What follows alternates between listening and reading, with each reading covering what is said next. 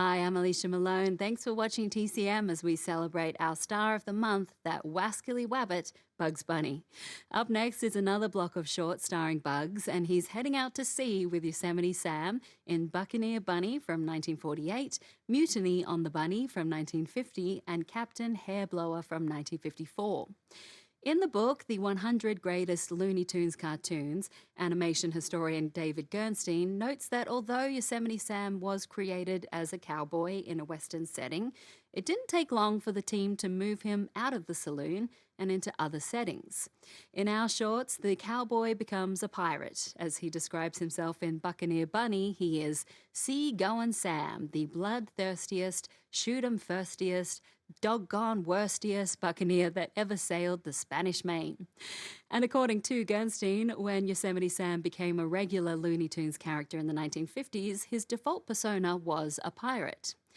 In Buccaneer Bunny, Bugs Bunny and Yosemite Sam face off on a ship which involves gunpowder, cannons, and a parrot who's a bit of a snitch.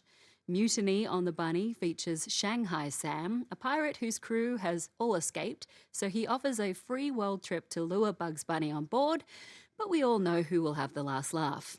Then, in Captain Hairblower, two ships clash, one manned by Bugs Bunny and the other by Pirate Sam.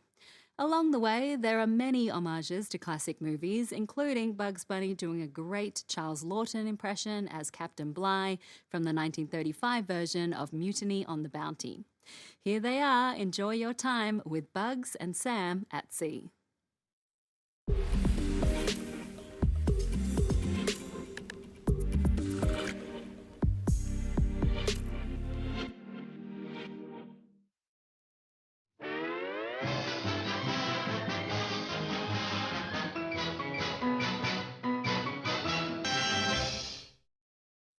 You may have noticed that we saw that final gag in Captain Hairblower where Bugs Bunny throws matches into Pirate Sam's powder room in the first short, Buccaneer Bunny.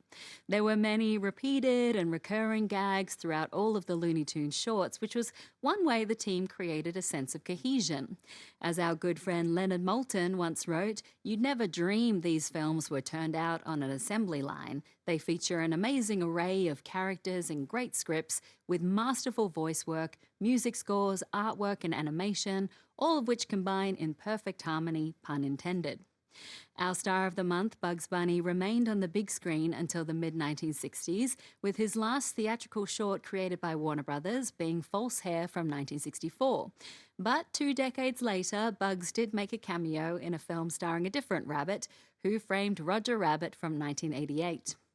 And since we just saw Bugs Bunny in Captain Hairblower, we should watch the film that inspired it. So after this break, we'll see Gregory Peck as a British Navy captain sailing through Central America during the Napoleonic Wars in the 1951 action-adventure Captain Horatio Hornblower, directed by Raoul Walsh. Next on TCM, Captain Horatio Hornblower. Then Mad Science with Bugs Bunny. And later, Frankenstein. It's alive on TCM tonight.